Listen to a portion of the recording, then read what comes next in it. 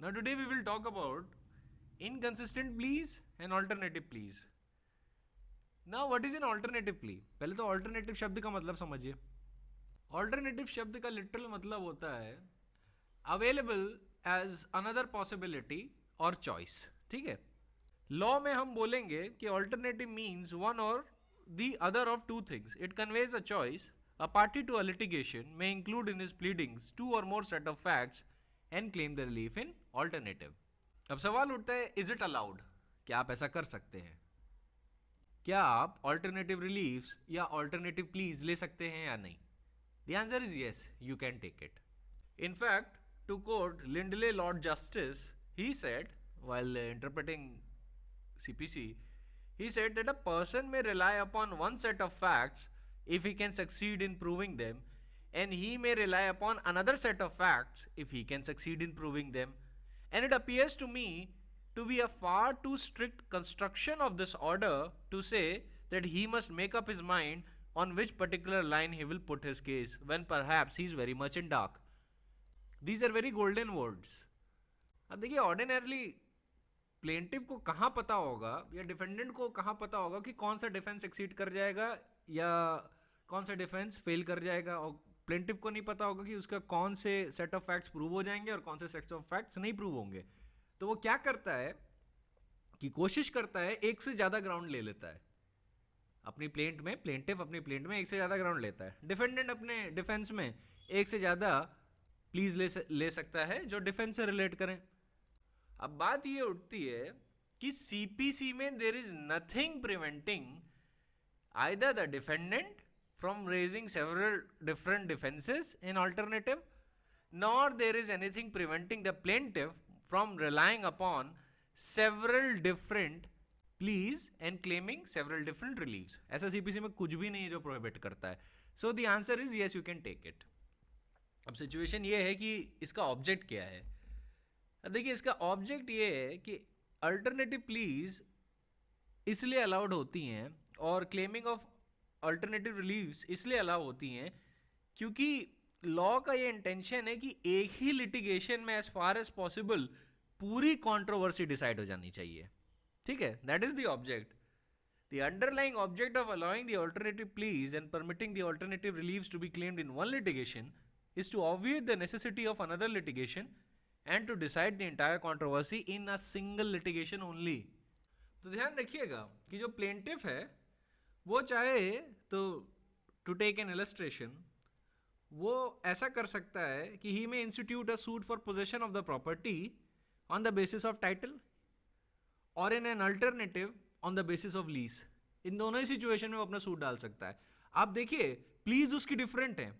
एक साइड में एक उसकी प्ली जो है वो on the basis of title है और दूसरी उसकी प्ली है it is on the basis of lease. ये ऑल्टरनेटिव प्लीज है. Both can be done by the plaintiff. वैसे ही लैंडलॉर्ड एक एविक्शन का सूट डालना चाहता है तो let us suppose he files a suit for eviction of his tenant on the ground of bona fide personal requirement and in an alternate on the ground of non payment of rent. ये दोनों ही please वो ले सकता है. ठीक है, तो ऐसे कोई बार नहीं है इन सारी चीजों में. अब एक इलस्ट्रेशन आपको देता हूं दूसरा कि let us suppose you are the plaintiff and some another person is defendant. ठीक है, अब आपने एक अग्रीमेंट किया है और उस एग्रीमेंट के हिसाब से एक बहुत ही खास पोर्ट्रेट है जो बहुत रेयर है, जो मार्केट में ऑर्डिनरली अवेलेबल नहीं होती. वो डिफेंडेंट के पास है और defendant in accordance with that contract he will give you that portrait. अब डिफेंडेंट जो है कॉन्ट्रैक्ट को परफॉर्म नहीं करता. So this is a situation of breach of contract. आप कोर्ट जाते हो क्लेमिंग स्पेसिफिक परफॉर्मेंस. आप चाहते हो कि डिफेंडेंट वो पोर्ट्रेट आपको दे. ठीक, आपने रिलीफ मांगी है for the delivery of that portrait क्योंकि it's a rare item, market में ऑर्डिनरली अवेलेबल नहीं होता. ठीक है, ये आपने रिलीफ मांगी है कि मुझे वो पोर्ट्रेट चाहिए. अब आपने एक ऑल्टरनेटिव रिलीफ रखी है कि अगर मान लीजिए आप सोचते हैं कि एक ऑल्टरनेटिव प्ली इसलिए रखते हैं कि अगर मान लें कि डिफेंडेंट ने वो पोर्ट्रेट डिस्ट्रॉय कर दी, फेंक दी या किसी और को बेच दी और मैं तो यहाँ पे सूट लड़ता रह जाऊंगा, तो मुझे तो रिलीफ मिलेगी नहीं, मेरा तो टाइम वेस्ट हो जाएगा। तो आप ये सारी चीज़ें सोचते हो, फिर आप एक चीज़ डिसाइड करते हो कि मैं ऐसा करता हूँ, एक अल्टरनेटिव प्ले भी लगा देता हूँ कि अगर डिफेंडेंट हमें पोर्ट्रेट नहीं दे सकता है किसी भी हाल में, तो वो मुझे 10 करोड़ डैमेजेस में दे, 10 करोड़ मुझे एज अ कॉम्पेंसेशन दे। ये आप प्ली लेते हो। तो ये क्या हुई? अल्टरनेटिव प्ली हुई ना। मेन प्ली या मेन रिलीफ आपकी क्या है? मेन रिलीफ आपने क्या क्लेम की? इसमें रिलीफ्स का डिफरेंस बता रहा हूं। यहां पे अल्टरनेटिव रिलीफ्स का केस है, ठीक है। मेन रिलीफ आपने क्या क्लेम की थी? मेन रिलीफ आपने क्लेम की थी डिलीवरी ऑफ दैट पोर्ट्रेट, ठीक। ये आपकी मेन रिलीफ थी क्योंकि आपको यही चाहिए। लेकिन अगर पोर्ट्रेट नहीं डिलीवर हो सकती है एट ऑल, तो इन अल्टरनेटिव आप क्या क्लेम कर रहे हैं? 10 करोड़ डैमेजेस, ठीक है, ₹10 करोड़ इन डैमेजेस। तो ये हुई ना alternative relief. It is possible and permissible, ठीक है, आप ले सकते हो और ये परमिसिबल भी है। सीपीसी में ऐसा कुछ नहीं है जो ऐसी अल्टरनेटिव रिलीफ्स क्लेम करना या कोई भी अल्टरनेटिव प्लीज लेना बार करेगा, ठीक है। वैसे ही मान लीजिए आप अपना सूट का क्लेम ओनरशिप के बेसिस पे फाइल करते हैं और इन अल्टरनेटिव फाइल करते हैं on the basis of right to preemption, ठीक है, प्रीएम्पशन के बेसिस पे क्लेम करते हैं, इट इज अलाउड। एक कॉन्ट्रैक्ट के कंटेक्स्ट में आप एक प्ली रखते हैं कि कॉन्ट्रैक्ट फॉर्स्ड है, और इन एन अल्टरनेटिव आप प्ली लेते हैं अनड्यू इन्फ्लुएंस की, फ्रॉड की और कोवर्जन की। All of this is also permissible. या एक सूट में आप प्ली लेते हैं of grant of perpetual tenancy और उसके अल्टरनेटिव में प्ली लेते हैं the plea of adverse possession. अभी दिखने में ऑल्टरनेटिव है, कुछ हद तक आप ये भी कह सकते हैं कि इनकंसिस्टेंट है, बट इट इज अलाउड, ठीक है, आप ऐसा कर सकते हैं। अब एक चीज बताता हूं कि what is the situation of inconsistent pleadings, कि अगर आप इनकंसिस्टेंट प्लीज ले रहे हैं तो उसका क्या होगा। अब इनकंसिस्टेंट का मतलब यहां पे ये है कि the pleas are mutually repugnant to each other. तब क्या करेंगे? रिपग्नेंट का मतलब होता है इन कन्फ्लिक्ट और बीइंग इनकम्पैटिबल विद, मतलब प्लीज आप ऐसी ले रहे हैं जो एक दूसरे से इनकम्पैटिबल है। तब क्या होगा? क्या इनकंसिस्टेंट प्लीज ऐसी परमिसिबल होंगी? द आंसर इज यस, ये भी परमिसिबल होंगी, सब्जेक्ट टू द कंसिडरेशन। इस बात को कोर्ट कंसिडर करेगा कि प्ली ऐसी भी नहीं होनी चाहिए विच विल प्रेजुडिस और एम्बैरस और delay a fair trial in the suit. अगर आप ऐसी इनकंसिस्टेंट प्ली लेते हैं जिनका इफेक्ट ऐसा है कि it will prejudice the fair trial और एम्बैरस द फेयर ट्रायल, तो ऐसी सिचुएशन में कोर्ट ये कह सकता है कि आप ऐसा करिए, एक सेपरेट सूट डालिए इस पॉइंट पे, आप इसी सूट में ये प्लीज मत लीजिए, ठीक है, ऐसा कर सकता है। लेकिन जनरली आपके बात बताते हैं इनकंसिस्टेंट प्लीज अलाउड होती हैं। तो हम यहाँ पे सवाल पूछ रहे हैं कि क्या एक ही सूट में अल्टरनेटिव या इनकंसिस्टेंट प्ली ली जा सकती है या नहीं। आंसर इज यस, ली जा सकती है, subject to a single consideration कि कहीं इनकंसिस्टेंट प्ली इस लेवल की ना हो कि वो ट्रायल को ही एम्बैरस कर दे, क्योंकि एक fair trial is the object of justice ना। बिना फेयर ट्रायल के जस्टिस कैसे हो सकता है? नहीं हो पाएगा। तो जैसे कि अभी मैंने आपको पिछले एग्जाम्पल दिए थे कि एक जगह आप ओनरशिप क्लेम कर रहे हो, दूसरी जगह राइट ऑफ प्रीएम्पशन क्लेम कर रहे हो। एक जगह आप प्ली ऑफ फॉर्जरी ले रहे हैं और उसके अल्टरनेटिव में undue influence, fraud, coercion claim कर रहे हैं। एक जगह प्ली ऑफ परपेचुअल टेनेंसी ले रहे हैं और दूसरी जगह प्ली ऑफ एडवर्स पोजेशन ले रहे हैं। अब इन दोनों में म्यूचुअल कॉन्ट्राडिक्शन है कुछ हद तक, इन प्लीज में कुछ हद तक म्यूचुअल कॉन्ट्राडिक्शन है, ये इनकंसिस्टेंट भी है और अल्टरनेटिव भी है, ठीक है। अब जैसे मान लीजिए कि एक सूट में आपने ओनरशिप के बेसिस पे दावा डाला और फिर उसी सूट में आप एडवर्स पोजीशन भी क्लेम कर रहे हैं, तो एडवर्स पोजीशन तो ट्रू ओनर के खिलाफ क्लेम की जाती है। तो ये इनकंसिस्टेंट प्ली है क्योंकि एक तरफ आपने ओनरशिप की बात की, दूसरी तरफ आपने एडवर्स पोजीशन की बात की। प्ली इनकंसिस्टेंट है, लेकिन लॉ इसको तब भी अलाउ करता है कि आप इन एन अल्टरनेटिव एक इनकंसिस्टेंट प्ली भी ले सकते हैं चाहे तो। In an alternative you can even take an inconsistent plea. Law कहीं भी नहीं मैंडेट करता कि आप प्लीडिंग्स में ऐसी ही प्ली अल्टरनेटिव में डाल सकते हैं जो बाकी प्ली से इनकंसिस्टेंट ना हो, लॉ कहीं भी नहीं कहता, ठीक है। ध्यान रखिए, मैं फिर रीइटरेट कर रहा हूं, लॉ आपको अलाउ करता है कि आप in an alternative inconsistent please भी ले लीजिए, ठीक है, इवन दैट इज अलाउड। बस एक चीज का ध्यान रखना चाहिए कि it shouldn't prejudice embarrass a fair trial of the suit. फिर एक और चीज हो जाती है कि किन्हीं किन्हीं सिचुएशंस में लॉ खुद प्रोहिबिट करता है इनकंसिस्टेंट प्लीज लेना। किन्हीं किन्हीं सिचुएशन है कि कुछ स्टैट्यूट्स में दिया गया है कि आप इस प्ली के साथ ये वाली प्ली नहीं ले सकते। जैसे कि स्पेसिफिक रिलीफ एक्ट में है कि a plaintiff can not pray for a declaration that a particular contract is void and in an alternative claim for its specific performance. ये स्पेसिफिक रिलीफ एक्ट बार करती है ऐसी प्ली लेना। तो बारिंग दी situations जहां पे स्टैट्यूटरी बार ऑलरेडी क्रिएटेड है किसी स्टैट्यूट में, या barring those situations where incorporating inconsistent pleas will actually prejudice, embarrass or delay the fair trial of the suit, the court will generally allow the alternative inconsistent plea that you have taken in your pleadings, ठीक है। अब चाहे आप plaintiff की side से लें चाहे आप डिफेंडेंट की साइड से लें, डजंट मैटर। मैं प्लीडिंग शब्द यूज कर रहा हूं तो इसका मतलब है इसमें प्लेंटिव और डिफेंडेंट दोनों आते हैं। उनकी प्लीडिंग्स होती ना, डिफेंडेंट की प्लीडिंग हुई रिटन स्टेटमेंट, प्लेंटिव की प्लीडिंग हुई उसकी प्लेंट। अब बस एक चीज का ध्यान रखिएगा कि हालांकि लॉ अलाउ तो करता है आपको इम्परमिसिबल प्लीज लेना या इनकंसिस्टेंट प्लीज लेना, कि वो आपको अलाउ कर देता है कि भैया आप चाहे तो इनकंसिस्टेंट प्लीज ले लीजिए, unless and until it is barred by any statute. उसको छोड़ दीजिए कि स्टैट्यूट से बार्ड मान लीजिए नहीं है, तब भी आप आराम से inconsistent please in an alternative claim कर सकते हैं। लेकिन एक बात जान लीजिए, कोर्ट को जो जज बैठा होगा उसको शक जरूर हो जाएगा आपके केस पे। फिर अगर आप प्लेंटिफ हैं तो जब वो प्लीडिंग पढ़ेगा तो देखेगा कि इतनी म्यूचुअली इनकंसिस्टेंट प्लीज ले रहे हैं ये भाई साहब, इसका मतलब इनका केस काफी शेकी ग्राउंड पे है। तो ध्यान रखिएगा कि जो जज है जब आपकी प्लीडिंग्स पढ़ेगा, चाहे आप प्लेंटिफ हो या डिफेंडेंट हो, तो ऐसी सिचुएशन में अगर आपने बहुत सारी इनकंसिस्टेंट प्लीज ली हैं और जिसका कोई रीजनेबल ग्राउंड नहीं दिख रहा, तो ये हो सकता है कि जज आप पे शक करे और आपके केस पे शक करे और फिर एविडेंस को भी उसी नज़रों से अप्रिशिएट करेगा वो, ठीक है। तो इनकंसिस्टेंट प्लीज लेने में प्रैक्टिकली थोड़ा खतरा भी होता है, लेकिन तब जब वो एकदम क्या कहते हैं अपोजिट कैरेक्टर की हो।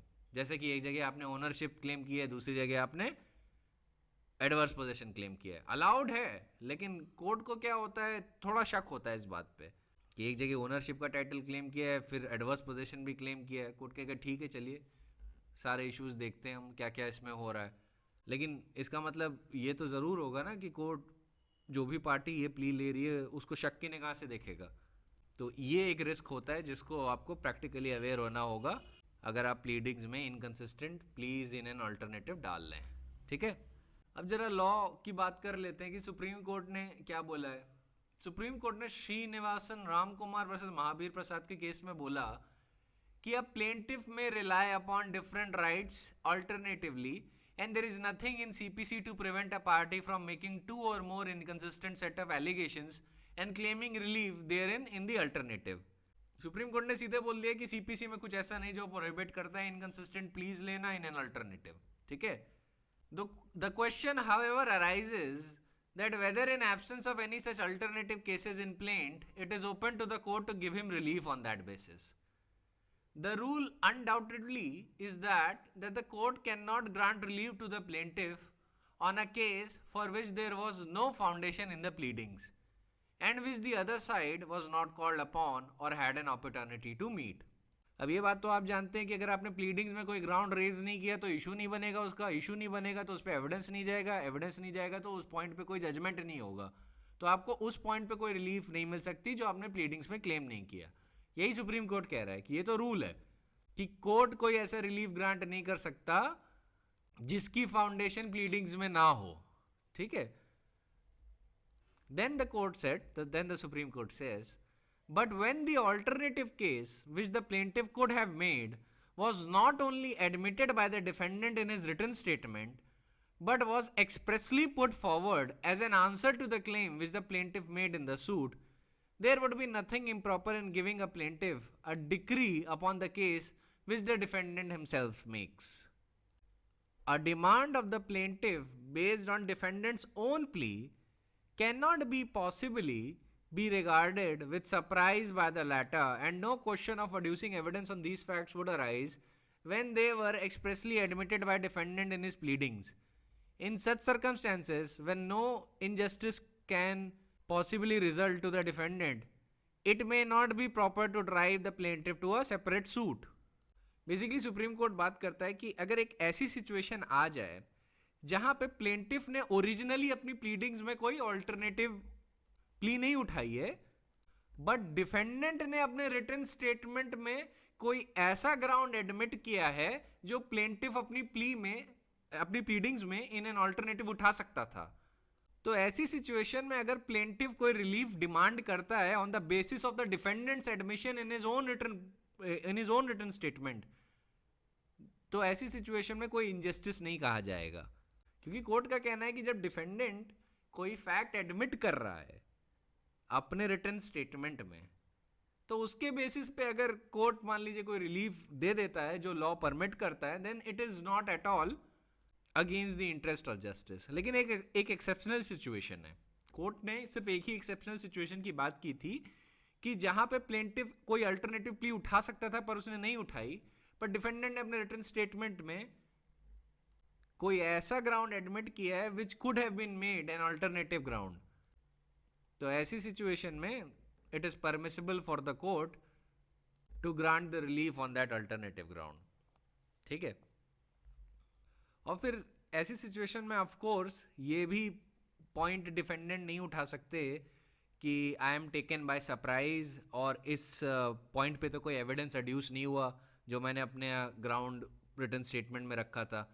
तो उसका आंसर ये होगा, जब आप खुद कोई चीज एडमिट कर रहे हैं तो उस पर एविडेंस क्यों एड्यूस होगा, and what is the question, and there arises no question of you being taken by surprise, क्योंकि आपने तो खुद वो ग्राउंड रेस किया है, it means you are aware of it, तो सरप्राइजिंग नहीं है आपके लिए। एविडेंस एक्ट आपको ध्यान में होनी चाहिए, facts admitted need not be proved. तो अगर आपने कोई फैक्ट इस तरीके से एडमिट कर लिया है जो कि ऐसा फैक्ट है जो प्लेंटिफ एक अल्टरनेटिव प्ली उस बेसिस पे डाल सकता था, तो ऐसे में अगर प्लेंटिफ ये कह दे कि ये जो इन्होंने अपने रिटन स्टेटमेंट में जो चीज़ें एडमिट की हैं उन्हीं के बेसिस पे मुझे रिलीफ दे दीजिए, और कोर्ट डिक्री ग्रांट कर देता है, तो ऐसे में कुछ इलीगल नहीं हो रहा है, it is lawful to do so. तो ये एक एक्सेप्शनल ग्राउंड था। आपको एग्जाम में बस इतना सवाल आएगा कि इनकंसिस्टेंट प्ली या अल्टरनेटिव प्लीज अलाउड है या नहीं। द आंसर इज यस, दोनों का आंसर हाँ है, keeping in mind some of the judicial principles कि कहीं स्टैट्यूट में बार नहीं होना चाहिए इनकंसिस्टेंट प्ली के मैटर में, कि जैसे कि एक तरफ आप सू कर रहे हैं ऑन द बेसिस कि contract is void, in alternative you are claiming कि सूट फॉर स्पेसिफिक परफॉर्मेंस भी डाल दिया जाए, है ना। एक ही सूट में यू आर क्लेमिंग कि द कॉन्ट्रैक्ट इज वॉइड, और in an alternative you are saying कि इस कॉन्ट्रैक्ट का स्पेसिफिक परफॉर्मेंस ग्रांट करिए, तो ये तो टोटली म्यूचुअली डिस्ट्रक्टिव प्लीज है। ठीक है, और इसको एसआरए बार करता है, स्पेसिफिक रिलीफ एक्ट बार सिट। तो ऐसी सिचुएशन में ये सारी चीज़ें नहीं अलाउड होंगी क्योंकि वहाँ पे लॉ का एक्सप्रेस बार है, लेकिन जहाँ पे लॉ का एक्सप्रेस बार नहीं है वहाँ पे आप इनकंसिस्टेंट प्लीज ले सकते हैं इन एन अल्टरनेटिव। ठीक है, it is entirely permissible for you, और अल्टरनेटिव प्लीज तो आप ले ही सकते हैं। ठीक है, अब इनकंसिस्टेंट प्लीज अल्टरनेटिव में ही ली जाती हैं, don't get me wrong. Alternative plea मैं उस सेंस में यूज कर रहा हूं कि मैं अज्यूम कर रहा हूं कि आपकी जो प्ली है, जो पहली प्ली है, तो उसके बाद जब आप दूसरी प्ली उसके अल्टरनेटिव में लेते हैं तो वो पहली प्ली से इनकंसिस्टेंट नहीं है। ठीक है, और फिर इसी कंटेक्स्ट में मैं दूसरा एक्सप्रेशन यूज कर रहा हूं इनकंसिस्टेंट प्ली का, कि पहली प्ली जो आपने ली है उसके कंपैरिजन में दूसरी प्लीज टोटली इनकंसिस्टेंट। ठीक है, और जजेस भी सुप्रीम कोर्ट के उसी सेंस में बात करते हैं, तो कभी भी जजमेंट पढ़िएगा तो कंफ्यूज मत हो जाइएगा। एज सच इनकंसिस्टेंट प्ली भी तो अल्टरनेटिव में ही तो ली जाती हैं, लेकिन कभी कभी कोर्ट ऐसे बात करता है कि जैसे अल्टरनेटिव प्लीज डिफरेंट है और इनकंसिस्टेंट प्लीज डिफरेंट है, वो बस नेचर ऑफ द प्लीज की बात कर रहा है। ठीक है, उसके कंटेक्स्ट में आप समझिएगा, ये ज़्यादा कोई कॉम्प्लेक्स चीज़ नहीं है। अब सवाल उठता है कि प्लीडिंग्स का इंटरप्रिटेशन कैसे होगा, लिबरल होगा या स्ट्रिक्ट इंटरप्रिटेशन होगा। The answer is liberal interpretation, not strict. ठीक है, लिबरल इंटरप्रिटेशन पे किस चीज़ पे ध्यान दिया जाएगा, सब्सटेंस ऑफ द प्लीडिंग्स पे, नॉट द फॉर्म. सब्सटेंस पे ध्यान दिया जाएगा, फॉर्म पे नहीं. तो कहीं पे लिख लीजिएगा कि the pleadings are construed liberally where the emphasis is on the substance not on the form. ठीक है. अब जैसे take a case in point Ram Swarup versus Vishnu Narayan inter college decided on 8 April 1987. इसमें सुप्रीम कोर्ट कहता है कि it is equally settled that no party should be permitted to travel beyond its pleading and all the necessary material facts should be pleaded by the party in support of the case set up by it. The object and purpose of the pleading is to enable the adversary party to know the case it has to meet. In order to have a fair trial, it is imperative that the party should state the essential material facts so that the other party may not be taken by surprise. The pleadings, however, should receive a liberal construction. No pedantic approach should be adopted to defeat justice on hair-splitting technicalities. Sometimes, pleadings are expressed in words which may not expressly make out a case in accordance with the strict interpretation of law. In such a case, it is the duty of the court to ascertain the substance of the pleadings to determine the question. It is not desirable to place undue emphasis on form. Instead, the substance of the pleading should be construed. Whenever the question about lack of pleading is raised, the inquiry should not be so much about the form of pleadings. Instead, the court must find out whether in substance the party knew the case and the issues upon which they went to trial. Once it is found that in spite of deficiency in the pleadings, party knew the case and they proceeded to trial on those issues by producing evidence, in that event it would not be open to the party to raise the question of absence of pleadings in appeal.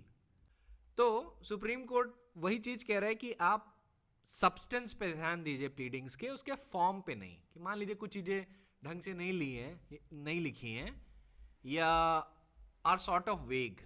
हालांकि pleadings वेग नहीं होनी चाहिए, generally it shouldn't be वेग at all. लेकिन अगर वेग हैं और ऐसी सिचुएशन में दोनों पार्टीज को पता है कि इशू क्या है, ठीक है, दोनों पार्टीज को पता है इशू क्या है, and both the parties lead evidence upon that issue as well. तो ऐसी सिचुएशन में यह नहीं कहा जा सकता कि the opposite party has been taken by surprise या there is absence of pleading on that particular matter. अगर दोनों पार्टी को पता है यही इशू है हमारे बीच, दोनों उस पर एविडेंस भी लीड करते हैं, तो उस सिचुएशन में deficiency in pleading would not be material, क्योंकि हमें सब्सटेंस पे ध्यान देना है, फॉर्म पे नहीं.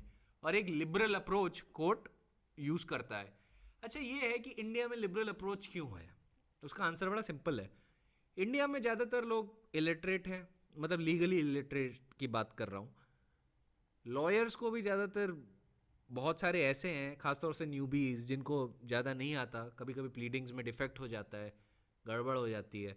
तो ऐसी सिचुएशन में अगर court undue emphasis on form रखे तो राइटफुल क्लेम्स जो पार्टी के हैं वो डिफीट हो जाएंगे, क्योंकि छोटी मोटी गड़बड़ी हो गई थी at the time of the institution of the suits और at the time of filing the pleadings. तो ऐसी सिचुएशन में जो कोर्ट्स हैं वो इन ग्राउंड रियलिटीज़ का ध्यान रखते हुए लॉ को इंटरप्रेट करते हैं, और उन्होंने लॉ को एकदम सही से इंटरप्रेट किया है कि सब्सटेंस पे ध्यान देना चाहिए प्लीडिंग्स के, फॉर्म पे नहीं. ठीक है. वैसे ही इसी पॉइंट पे एक और जजमेंट है, वो है Bhagwati Prasad versus Shri Chandramaul. It is a judgment by the constitution bench. उसमें सुप्रीम कोर्ट ने बोला कि if a plea is not specifically made and yet it is covered by an issue by implication, and the parties knew that the said plea was involved at the trial, the mere fact that the plea was not expressly taken in the pleading would not necessarily disentitle the party from relying upon it if it is satisfactorily proved by evidence. The general rule, no doubt, is that the relief should be founded on pleadings made by the parties.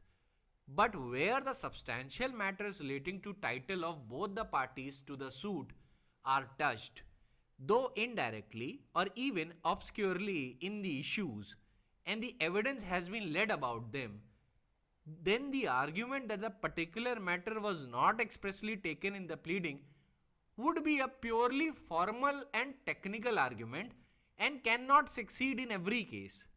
What the court has to consider in dealing with such an objection is, did the parties know that the matter in question was involved in the trial, and did they lead evidence about it?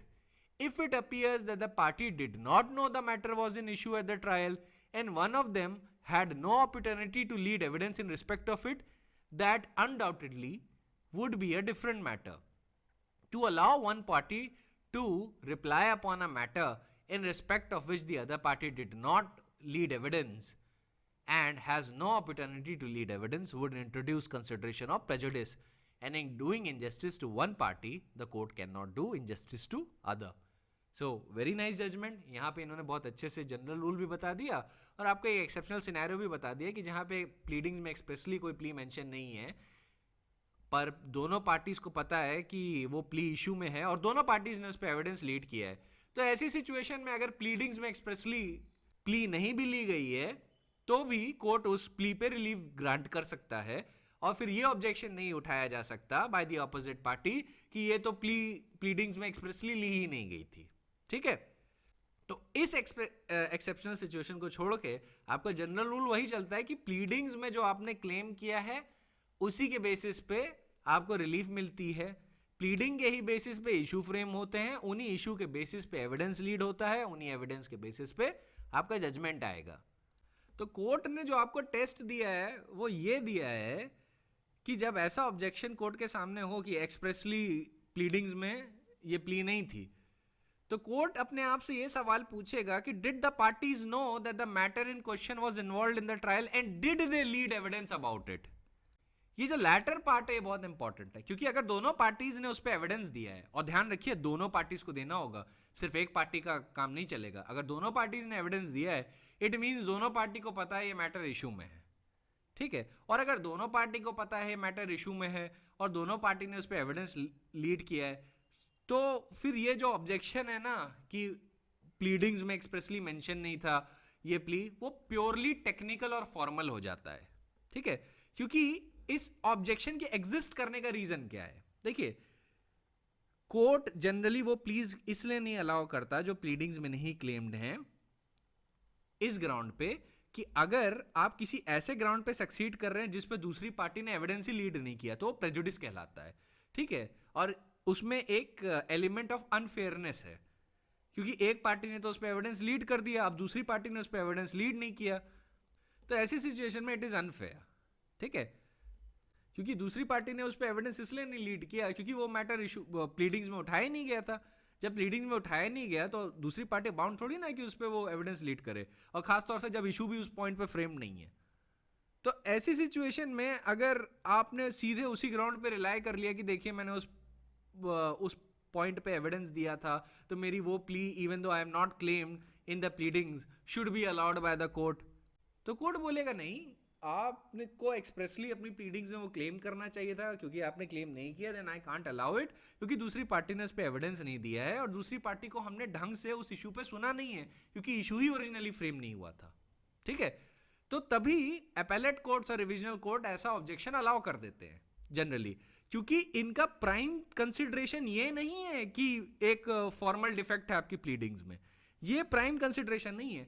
Prime consideration उसका ये है कि अगर हमने ऐसे matter पे relief देनी चालू कर दी या प्लीज अलाउ कर दी जो प्लीडिंग्स में स्पेशली मेंशन नहीं है और या जिनका इश्यू नहीं फ्रेम हुआ है, then it would be against the interest of justice of the suit and it would further cause an element of prejudice to the opposite side. है ना, एलिमेंट ऑफ प्रेजुडिस भी होगा कि भाई बिना एविडेंस दिए आप और बिना उस पॉइंट पे आपको सुने अगर कोर्ट किसी चीज को डिसाइड करने लगा है तो एक एलिमेंट ऑफ प्रेजुडिस भी आ जाता है.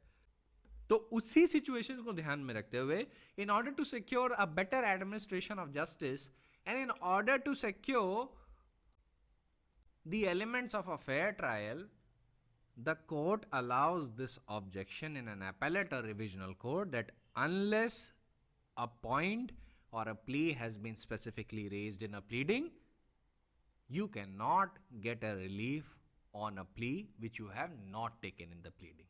ठीक, ये जनरल रूल है. पर एक्सेप्शन क्या आता है? एक्सेप्शन यही आता है कि अगर दोनों पार्टी को पता है कि भाई ये पॉइंट हमारे और ऑपोजिट पार्टी के बीच में इशू में है, दोनों पार्टी उस पर एविडेंस देती हैं और दोनों पार्टी को पूरी जानकारी है उस इशू के बारे में, तो ऐसी सिचुएशन में फिर ये ऑब्जेक्शन कि एक्सप्रेसली प्लीडिंग्स में मेंशन नहीं था, ये ऑब्जेक्शन जो है वीक बन जाता है, कमजोर बन जाता है, टेक्निकल और फॉर्मल हो जाता है। तो जब टेक्निकल और फॉर्मल हो जाएगा तो कोर्ट फिर उसको कोई तवज्जो नहीं देगा, ठीक है। सो अंडरस्टैंड कि in an exceptional situation where the substantial matters relating to the title of both the party to the suit are touched, though indirectly or even obscurely in the issues, and the evidence has been laid about them, then the argument that a particular matter was not expressly taken in the pleadings would be purely formal and technical and cannot succeed in every case. The court has to consider in dealing with such an objection is that did the parties know that the matter in question was involved in the trial and did they lead evidence about it? Both the parties should lead evidence about it, ठीक है।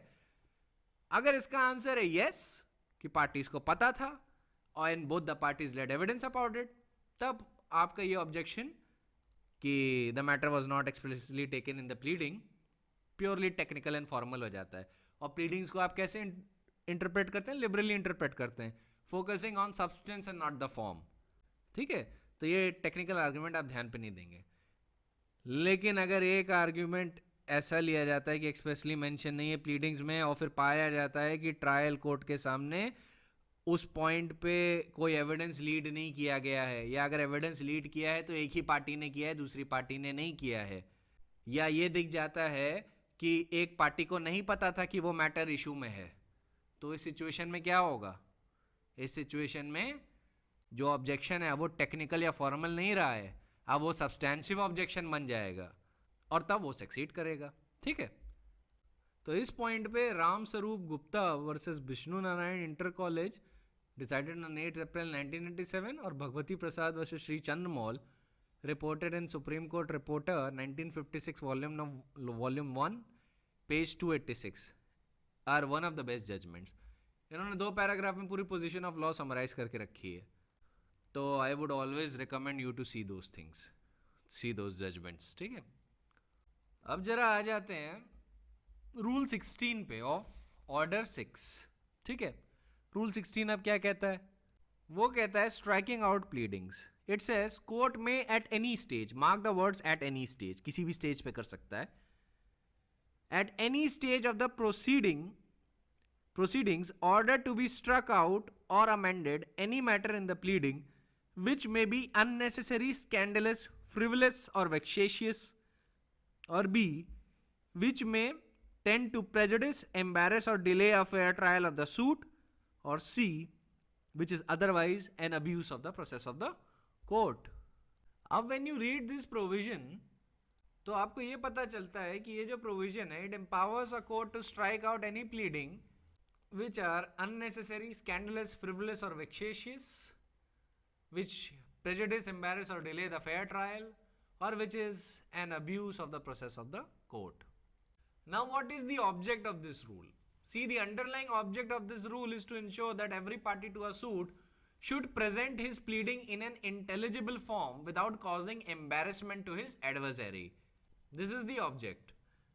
इसमें बस एक चीज का ध्यान रखिएगा कि जो टर्म्स है ना, क्योंकि देखिए बाकी टर्म्स में तो आपको दिक्कत नहीं होगी, जो स्कैंडलस और वेक्सेशियस टर्म्स है इनका मतलब क्या है, क्योंकि मैंने अक्सर देखा कि लोग इन टर्म्स को यूज करते हैं पर उनकी मीनिंग नहीं ध्यान है। वेक्सेशियस का मतलब होता है कि इसका लिटरल मतलब पहले जानिए, इट मीन्स कॉजिंग और tending to cause annoyance, frustration और वरीज, ठीक है। कि कोई भी ऐसा कंडक्ट या एक्ट जिससे आप किसी को अनॉय करते हैं या फ्रस्ट्रेट करते हैं, हिंदी में इसको कहेंगे तंग करना। लॉ में जब शब्द वेक्सेशियस यूज होता है तो उसका कॉनोटेशन ये होता है कि जो एक्शन ब्रॉट किया गया है किसी दूसरी पार्टी के खिलाफ, it has been brought without sufficient grounds for winning, purely to cause an annoyance to the defendant, ठीक है। प्लेंटिव ग्राउंड लाया है purely to cause an annoyance to the defendant, ठीक है। अब देखिए, क्योंकि हम प्लीडिंग्स की बात कर रहे हैं, तो डिफेंडेंट भी ऐसे वेक्सेशियस ग्राउंड ले सकता है, जरूरी नहीं है कि सिर्फ प्लेंटिफ ही ले। Both the parties are capable of taking vexatious pleas, ठीक है। तो बस ये ध्यान रखिएगा कि what is the connotation of this word, ये वर्ड कहना क्या चाहता है और समझाना क्या चाहता है। स्कैंडलस का मतलब होता है कोई ऐसा कृत्य which causes public outrage or which is perceived an offense or is against morality or law. In law, scandalous would mean that it refers to a matter that is grossly disgraceful, defamatory, and irrelevant to the action or defense. It may be immoral, it may be indecent, and it may be irrelevant. In these situations, it can be struck off as improper. तो अब एक चीज का ध्यान रखिए कि rule 16 पे जो सबसे लीडिंग केस है वो साथी विजय कुमार वर्सेस तोता सिंह है, ठीक है। तो इसमें सुप्रीम कोर्ट ने ऑब्जेक्ट बताया, काफ़ी चीज़ें बताई, इस पावर डिस्कस किया इसका रूल 16 का, and then it quoted Halsbury's laws of England. In that, and I quote, it was said that certain acts of a lesser nature may also constitute an abuse of the process.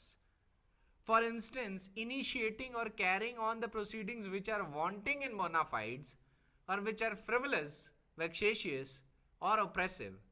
In such a case, court has an extensive alternative powers to prevent an abuse of its process by striking out or staying the proceedings or by prohibiting the taking of further proceedings without leave, where the court, by exercising its statutory powers or its powers under the rules of the court or its inherent jurisdiction, can grant adequate remedy, it will not generally punish the abuse of the process of the court. On the other hand, where an irregularity or misuse of process amounts to an offense against justice, extending its influence beyond the parties to the action, it may be punished as contempt. अब इस case में Supreme Court is more confined to the term abuse of the process of the court. अभी अपने आप में बहुत wide term है, इसमें जितने भी ग्राउंड्स आप देख रहे हैं ना जो लिखे हुए हैं, ये सब आ जाएंगे abuse of the process of the court में। तो ये जो लास्ट क्लॉज क्रिएट किया है लेजिस्लेचर ने, ये as an abundant caution create किया है, ठीक है, कि जो क्लॉज ए में नहीं फॉल कर रहा, क्लॉज बी में नहीं फॉल कर रहा, हो सकता है वो क्लॉज सी में फॉल कर जाए। और ध्यान रखिए, अगर क्लॉज ए और बी ना होता ना, तो यही सारी जो चीज़ें हैं ये क्लॉज सी में भी कवर्ड हो सकती थी। नॉनदलेस लेजिस्लेचर ने इसको और एक्सप्रेसली मेंशन कर दिया है जिससे कोई डाउट या कंफ्यूजन ना रहे। अब सुप्रीम कोर्ट ने, हमारे सुप्रीम कोर्ट ने यूनाइटेड स्टेट के सुप्रीम कोर्ट प्रैक्टिस 1995 का पेज नंबर 344 मेंशन किया। It was authored by Sweet and Maxwell, and उसमें ये लिखा था कि this term, abuse of the process of the court, connotes that the process of the court must be used bona fide and properly and must not be abused. The court will prevent improper use of its machinery and will, and in a proper case, summarily prevent its machinery from being used as a means of vexation and oppression in the process of litigation.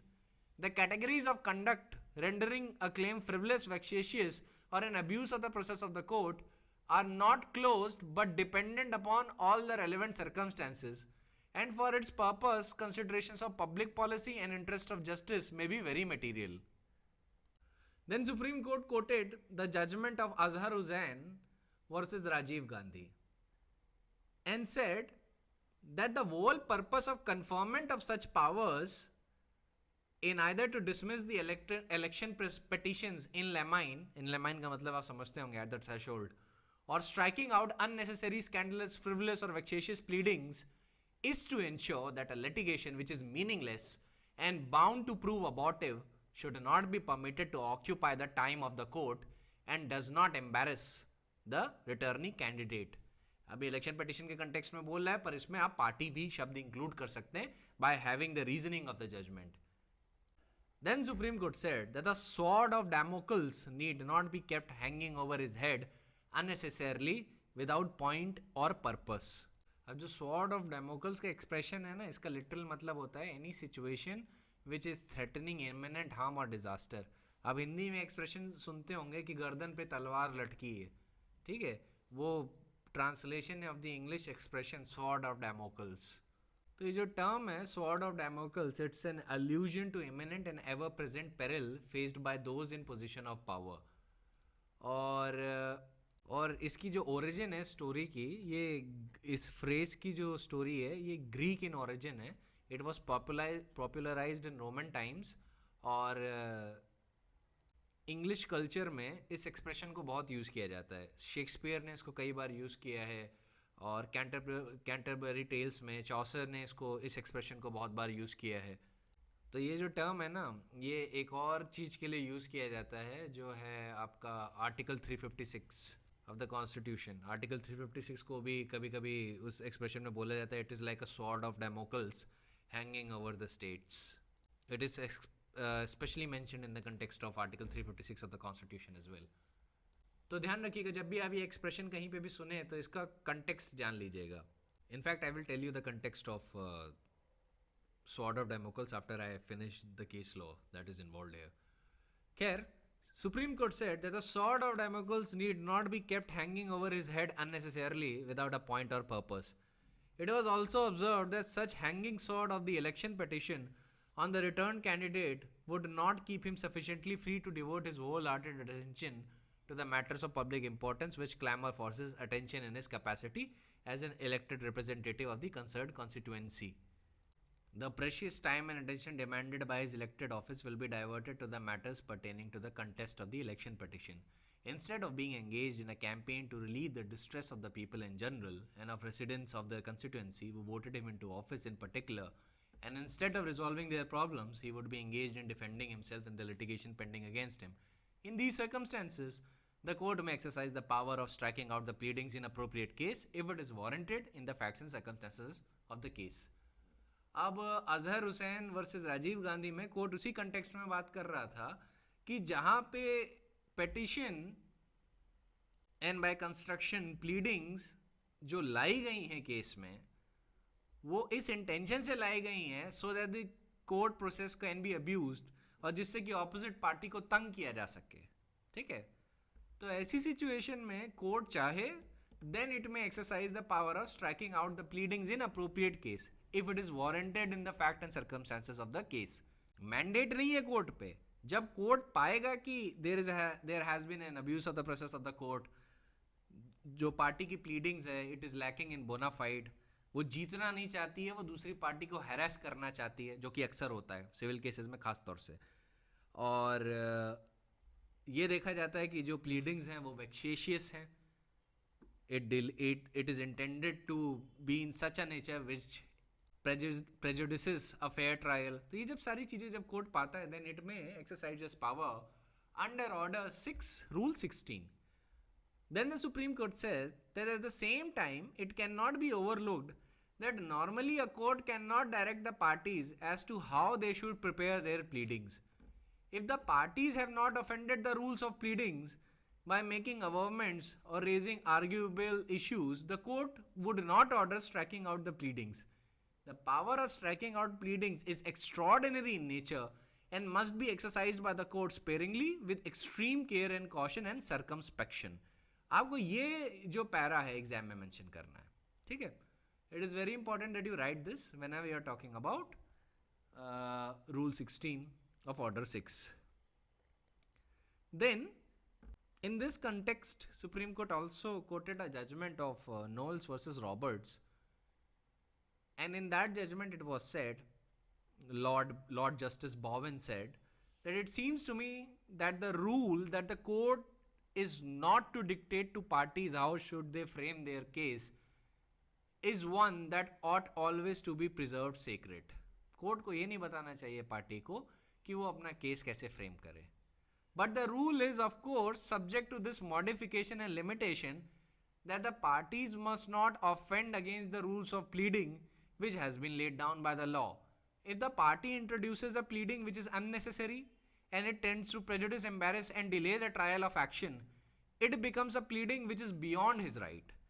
It is a recognized principle that a defendant may claim ex debito justitiae, matlab in interest of justice, to have a plaintiff's claim presented in an intelligible form so that he may not be embarrassed in meeting it.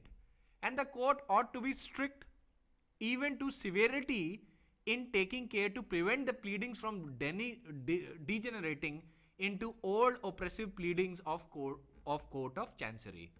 Having referred to the judgment of Sathi Vijay Kumar versus Tota Singh, what can you gather from it? आपको क्या क्या इससे gather हो रहा है? देखिए, court आपको सीधे समझा रहा है by quoting all this case law कि अगर पार्टी का केस या पार्टी की pleading has been deliberately been designed in order to abuse the process of the court, for instance carrying on the proceedings which are wanting in bona fide, or carrying on the proceedings which are frivolous or vexatious in nature, or which have been designed to oppress the opposite party, then the court in adequate circumstances may strike out those pleadings if it so wants. Either it can order that it should be struck out, or either it can order that it should be amended. That is up to the court to decide. At the same time, it should be kept in mind that normally a court does not direct a parties as to how they should prepare their pleadings. If the parties have not offended the rules of pleadings by making averments or raising arguable issues, the court would not ordinarily order striking out of pleadings, because the power to strike out pleadings is extraordinary in nature and must be exercised by the court sparingly and with extreme care, caution and circumspection. देखिए, आपको basically supreme court ये कहना चाह रहा है कि generally parties ही अपनी pleadings बनाती हैं, तो उन्हीं पे छोड़ देना चाहिए, कोर्ट को नहीं बताना चाहिए कि आप कैसे क्या फ्रेम करें या आप कैसे क्या लिखें या क्या आप इंक्लूड करें और क्या इंक्लूड ना करें. अगर वो गलत प्लीडिंग रखते हैं या उनकी प्लीडिंग्स अच्छी नहीं है, they will lose the case, है ना. इफेक्ट तो यही होगा ना कि वो केस लूज कर देंगे. So ordinarily court should not enter the realm dictating how the party should prepare their pleadings. उस रेल्म में एंटर नहीं करना चाहिए कोर्ट को. लेकिन जहां पे कोर्ट को दिखता है कि the proceedings are lacking in bona fide, they are abuse of the process of the court, the pleadings has been deliberately been designed in order to be vexatious, frivolous or oppressive, then in that situation court चाहे तो interfere कर सकता है. But in circumstances जहां पे fact और circumstances ऐसे हैं, which justifies the exercise of the power that is contained in Order 6, Rule 16. ठीक है. और उसी के कंटेक्स्ट में सुप्रीम कोर्ट इतने केस लॉ भी कोट कर रहा था. सुप्रीम कोर्ट केस लॉ इसीलिए कोट करता है because it wants to solidify its position. देखिए, जो जजमेंट में रीजनिंग नहीं होती है वो वीक जजमेंट्स माने जाते हैं, और जिन जजमेंट्स में रीजनिंग सबसे ज़्यादा होती है they are considered very strong judgements. ठीक, ध्यान रखिएगा. ऑर्डर 6 के रूल 16 का ऑब्जेक्ट क्या है? What is the object? The object is to ensure that every party to a suit should present his pleading in an intelligible form without causing embarrassment to his adversary. ठीक है. So that is what you need to understand about Rule 16 of Order 6. ठीक है. अब एक चीज़ बता देता हूँ, ये जो डैमोकल स्वॉर्ड है इसकी स्टोरी क्या है. अब देखिए, स्टोरी के हिसाब से जो डैमोकल्स है, अब मैं थोड़ा लॉ से हट के जा रहा हूँ. ठीक है. तो ये बस आपको एक्सप्रेशन जिससे आप प्रॉपरली अप्रिशिएट कर पाए ना कि what is meant by sword of Damocles, तो इसलिए मैं आपको समझा रहा हूँ. सो डैमोकल्स एक दिन अपने किंग की बहुत तारीफ कर रहा था. किंग का नाम था डायोनाइसिस. और डैमोकल्स कह रहा था कि डायोनाइसिस तो सच में बहुत फॉर्चुनेट है, बहुत किस्मत वाला है, बहुत महान है कि उसकी पावर एंड अथॉरिटी और मैग्निफिसेंस हर जगह फैली है. अब जब ये डायोनाइसिस ने सुना तो उसने बोला कि क्या तुम मेरे साथ, डायोनाइसिस कहता है डैमोकल्स से, क्या तुम मेरे साथ जगह बदलोगे फॉर वन डे, जिससे तुम खुद देख लो कि मैं कितना फॉर्चुनेट हूँ first hand. The moment Damocles heard this offer, he said, yes, my king, of course I'll agree to it. Dionysus says, okay, let us switch places for a single day, so that you understand how it actually feels to be in power. And in the mind of Damocles was thinking, who would refuse such an offer? Nobody would. I would be a king for a day. I would be surrounded by the riches, the fortunes, and the luxury of a king. I would be sitting on a throne. Powerful people will genuflect before me. I would be the Lord Almighty of this kingdom. That was what Damocles was thinking. But that was not something which Dionysus had in mind. See, King Dionysus always used to live in a sense of constant fear because he committed many cruelties in order to seize power as a king. And because of that, he had many enemies. So Dionysus constantly lived in fear of his enemies. He was constantly anxious that he might be poisoned, he might be killed, or there might be a public uprising which will overthrow me. So he had all those fears in his mind. Now Dionysus wanted to convey that fear to Damocles. So you know what he did? He took a sword and ordered that this sword should be hung above the throne where the Damocles will sit, and the sword would be hanging by a single hair of a horse's tail. ठीक है? And the hair will be at the pommel. तो जो sword का जो sharp side था, it would be facing the head of Damocles. और ये Dionysus ने इसीलिए करवाया because he wanted Damocles to understand that sense of fear as to what it is like to be a king. ठीक है, Damocles nonetheless agreed. अब जब वो बैठ गए भाई साहब, तो उनका ध्यान सिर्फ तलवार पे था कि एक सिंगल हेयर पे है भाई, बारी सी स्वॉर्ड है, कब पता नहीं वो हेयर टूट जाए और स्वॉर्ड सीधे उनकी क्रेनियम को चीरते हुए घुस जाए उनके अंदर. So Damocles, even though he was surrounded by luxury, throughout the entire day he was looking up. He was just looking at the sword. और जब वो स्वॉर्ड को नहीं देख रहा होता था और सामने अपने लग्जरी और फॉर्च्यून को देख रहा होता था, तब भी उसके दिमाग में वो स्वॉर्ड रहती थी कि यार स्वॉर्ड अभी ना गिर जाए, गिर ना जाए, गिर ना जाए. पूरे टाइम उसके दिमाग में यही चला. फिर having constantly lived in that fear and anxiety, Damocles begged the king so that he be allowed to depart back to his original position. Damocles ने कहा कि मुझे राजा नहीं रहना, मुझे वापस क्या कहते हैं पोजीशन स्विच करना है, मुझे अपनी ओरिजिनल पोजीशन पे आना है. तो डायोनिसिस ने बताया अब पता चला कैसा लगता है राजा बनने में.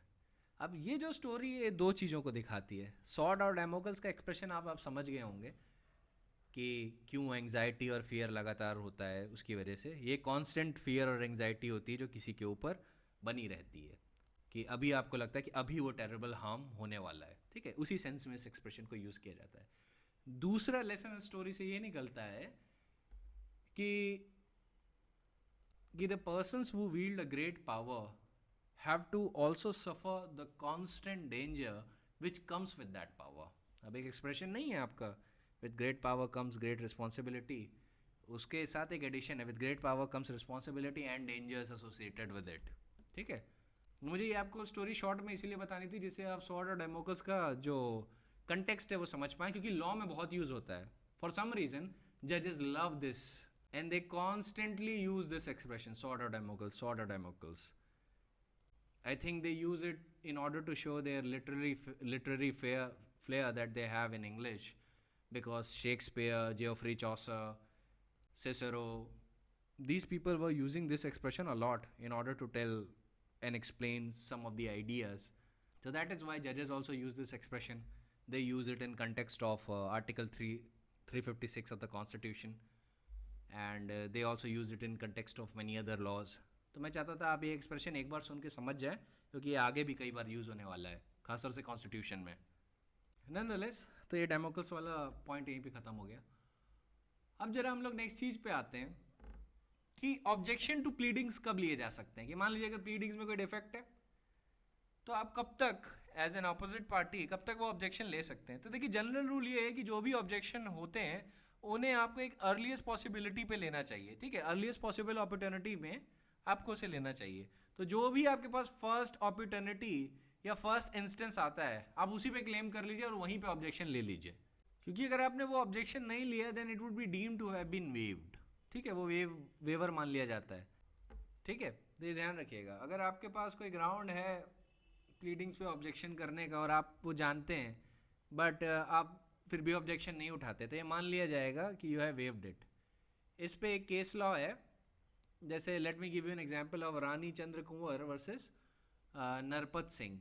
अब इसमें defendants put forward at the time of a trial a contention that plaintiff has given away in adoption, that plaintiff had been given away in adoption and was in consequence not entitled to inherit। defendants कह रहे थे कि जो plaintiff हैं इनको adoption में किसी और को दे दिया गया था, so he was not entitled to inherit the property।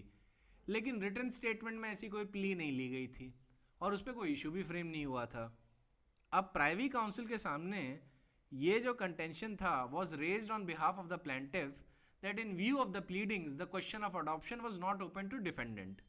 अब लॉर्ड एटकिंसन ने इस ऑब्जेक्शन को ओवररूल कर दिया था। उन्होंने बोला कि both the parties had gone to the trial on the question of adoption and the plaintiff had not been taken by surprise। The plea as to adoption was open to defendants and indeed defendants succeeded on that very issue। The objection must accordingly be overruled।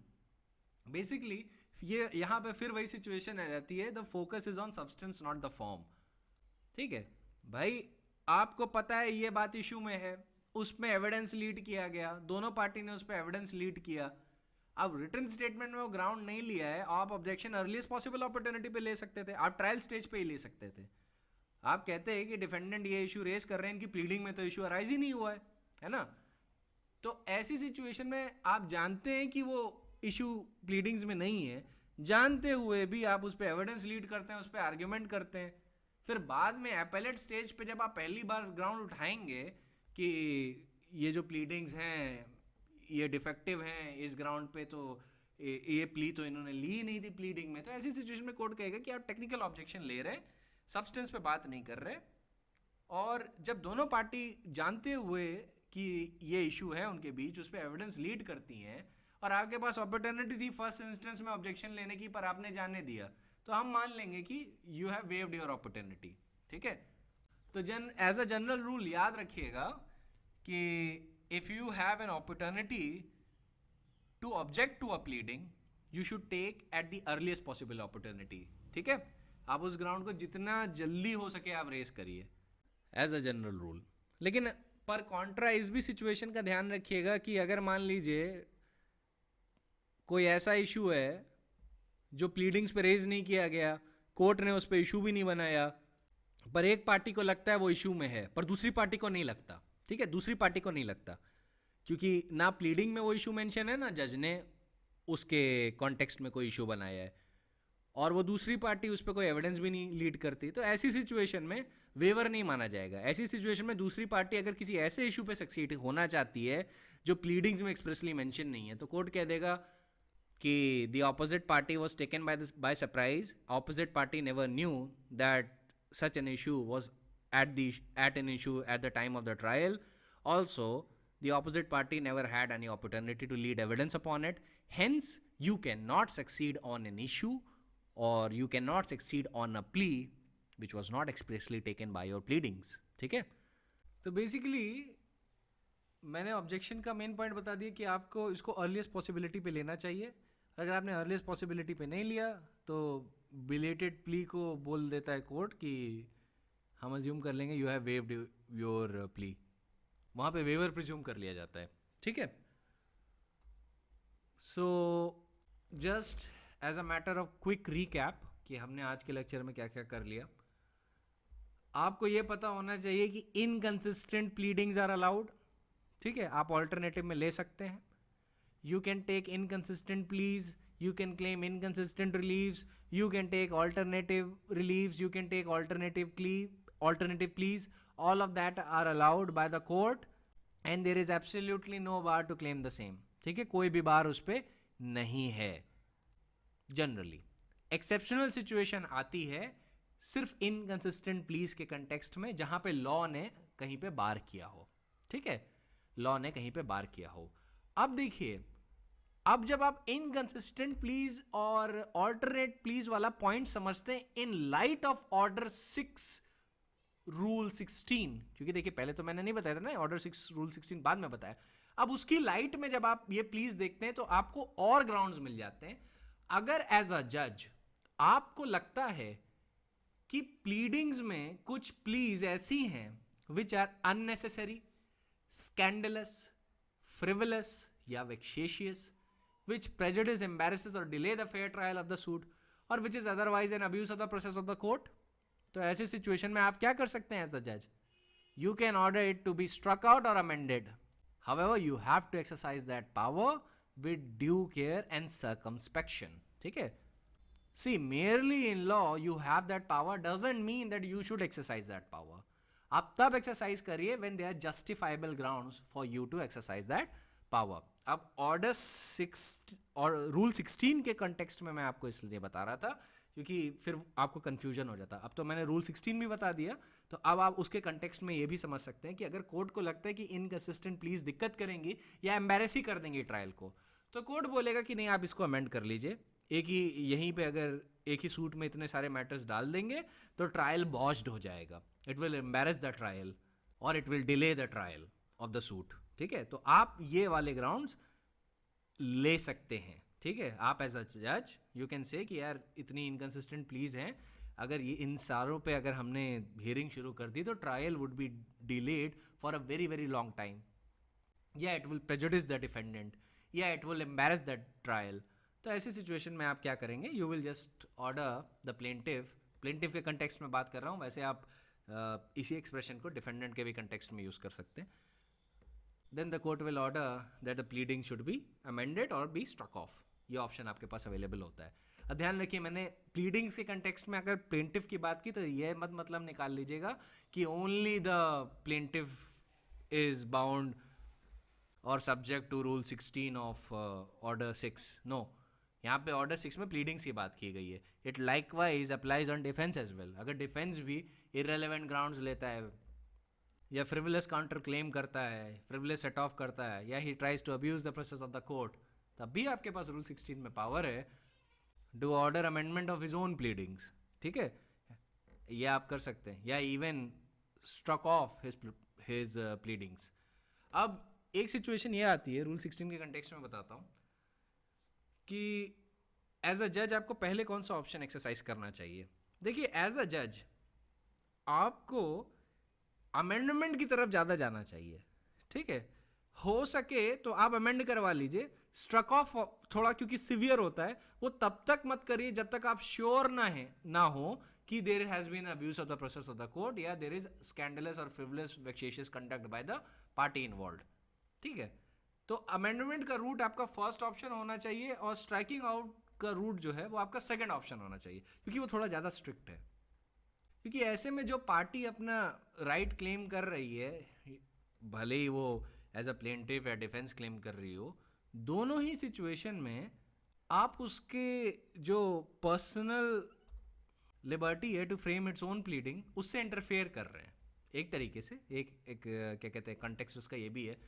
तो क्योंकि it is not the realm of the court to dictate to the parties that how should they frame their own case, that is why ordinarily court should refrain from exercising rule 16, and if it is possible then it should move towards the amendment of pleadings rather than straightforwardly striking off the pleadings. ठीक है, struck off करना चाहिए rare instances में करना चाहिए। अब मैं ऐसा क्यों कह रहा हूँ? देखिए, ऑर्डर 6 का रूल 16 जो एक्सप्रेशन यूटिलाइज करता है वो कहता है कोर्ट में एट एनी स्टेज। अब मे का क्या मतलब है? मे का मतलब है कि कोर्ट अपना एक जुडिशियल डिस्क्रेशन एक्सरसाइज करेगा in accordance with the fact and circumstances of the particular case before it. जब लेजिस्लेचर में एक्सप्रेशन यूज करता है तो इसका मतलब ये नहीं होता है कि the court is bound to do it. ठीक है, may is not shall, court is not bound to do it in all the cases. Court को अपना जुडिशियल डिस्क्रेशन एक्सरसाइज करना है। उसको पहले तो एक जनरल प्रिंसिपल ध्यान में रखना है कि ordinarily the courts do not dictate the parties how should they frame their own case, and that is a sacred rule. But at the same time, the court has to bear in mind that the pleading should not offend against the rules of pleading which has been laid down by the law. Furthermore, the court has to see also that abuse of the process of the court is avoided, and it has to also see that the pleadings, if they are wanting in bona fides, if they are frivolous, vexatious, or oppressive, or are intended to embarrass or delay the trial, then those pleadings ought to be either amended or struck off. ये भी उसकी duty है. So you balance it according to the fact and circumstances of the case. That is why the legislature has employed the expression may. ठीक है. तो मे के expression को उसके प्रॉपर कंटेक्स्ट में समझिएगा. जुडिशियल डिस्क्रेशन हमेशा लॉजिक पे बेस्ड होता है, हमेशा रूल्स ऑफ रीजनिंग पे बेस्ड होता है. कभी भी judicial discretion is not whims and fancy of a particular जज. कोर्ट फैक्ट एंड सर्कमस्टेंसेस अपने सामने देखता है, और अगर देखता है कि फैक्ट्स और सर्कमस्टेंसेस ऐसे हैं which justifies the use of the power contained in rule 16 which is extraordinary in nature, then the court will exercise it. जहां पे भी there is a justifiable ground to exercise that power. लेकिन जहां पे court को लगता है it is not necessary to exercise that power, तो वहां पे वो एक्सरसाइज नहीं करेगा. अब देखिए, बाय एम्प्लॉइंग दिस एक्सप्रेशन में अगर ये तीनों ग्राउंड भी सेटिस्फाइड हो जाएं, तब भी court is not bound to exercise the power contained under rule 16. अगर कोर्ट को लगता है कि प्लीडिंग अननेसेसरी, स्कैंडलस, फ्रिवलेस या वेक्सेशियस है, या टेंड टू प्रेजुडिस, एम्बैरस और डिले द ट्रायल, या is an abuse of the process of the court, तब भी court is not bound to order it to be struck off और amended. Bound नहीं है, तभी लेजिस्लेचर ने मे शब्द का यूज किया है. ठीक है. कोर्ट को अगर लगता है कि भाई मुझे कर देना चाहिए तो वो कर देगा basin on fact and circumstances of the case. लेकिन अगर कोर्ट को लगता है कि फैक्ट एंड सर्कमस्टेंसेस ऐसे हैं कि ये जितने भी ग्राउंड ले रहे हैं, मैं ऐसा करूंगा, सारे इश्यूज डिसाइड करूंगा और फिर एक हैवी कॉस्ट ठोकूंगा ऑन दैट पर्टिकुलर पार्टी जिसने अननेसेसरी, स्कैंडलस या फ्रिवलेस या वेक्सेशियस प्लीडिंग्स क्लेम की हैं या प्लीज ली हैं, या a party who is indulging in abuse of the process of the court. तो कोर्ट ऐसा भी दिमाग बना सकता है कि ठीक है, आपको जितने भी फ्रिवलेस ग्राउंड लेने आप ले लो, मैं अभी इनको सबको डिसाइड करूंगा. ठीक है. और सबको जल्दी से जल्दी डिसाइड करने के बाद इतना हैवी कॉस्ट लगाऊंगा आपके ऊपर कि आप जिंदगी में दोबारा स्कैंडलस या फ्रिवलेस ग्राउंड्स नहीं लेंगे, या आप कोर्ट का प्रोसेस कभी भी अब्यूज करने का सोचेंगे नहीं. ऐसा भी कर सकता है court after recording the finding that जो प्लीज ली थी पार्टी ने वो स्कैंडलस थी, फ्रिवलेस थी, या abuse of the process of the court थी, etcetera. So this option is also available to the जज. जब आप प्रोसीजर पढ़ते हैं तो बेसिकली आपको रियलाइज होता है कि जज के पास बहुत बहुत ज़्यादा पावर्स हैं, एंड राइटफुली सो, उसके पास होनी भी चाहिए. He is Lord and majesty of justice, और सिविल जज तो किंग पिन है ऑफ द जुडिशियल सिस्टम. उसकी पोजीशन इतनी खास है कि 90% ऑफ द लोग डिस्ट्रिक्ट कोर्ट को ही फाइनल कोर्ट ऑफ अपील मानते हैं. बहुत कम लोग हैं जो हाई कोर्ट और सुप्रीम कोर्ट जा पाते हैं. सुप्रीम कोर्ट तो उससे भी कम है. 90% लोगों के लिए district court is the final court of appeal. उससे आगे मैटर बढ़ता ही नहीं है. तो आप एक बात याद रखिएगा कि एज अ जज ड्यूटीज भी आपकी बहुत होती हैं, और जब आप रूल 16 की पावर एक्सरसाइज कर रहे हैं टू अमेंड और to strike out the pleadings of a party, तो आपको ध्यान रखना चाहिए कि जनरल रूल क्या है. जनरल रूल ये है कि पार्टी खुद की प्लीडिंग फ्रेम करती है, और कोर्ट का काम नहीं है बताना कि कैसे प्लीडिंग्स फ्रेम की जाए. लेकिन जब ये वाले ग्राउंड्स दिखते हैं कोर्ट को, फैक्ट एंड सर्कमस्टेंसेस ऐसे हैं कि कोर्ट को लगता है कि ये सर्कमस्टेंसेस ऐसे हैं, I should exercise my power, तब वो एक्सरसाइज करेंगे. ठीक है. तब एज अ जज you can exercise that power. एक तीसरी सिचुएशन भी है. तीसरी सिचुएशन क्या है कि आप कहते हैं कि नहीं, आप ले लो ये सारे ग्राउंड, जितने भी आपको क्या कहते हैं अब्यूज ऑफ प्रोसेस करना है, या फॉल्स प्लीडिंग्स लेनी है, स्कैंडल्स प्लीडिंग्स लेनी है, आप सारे ले लो.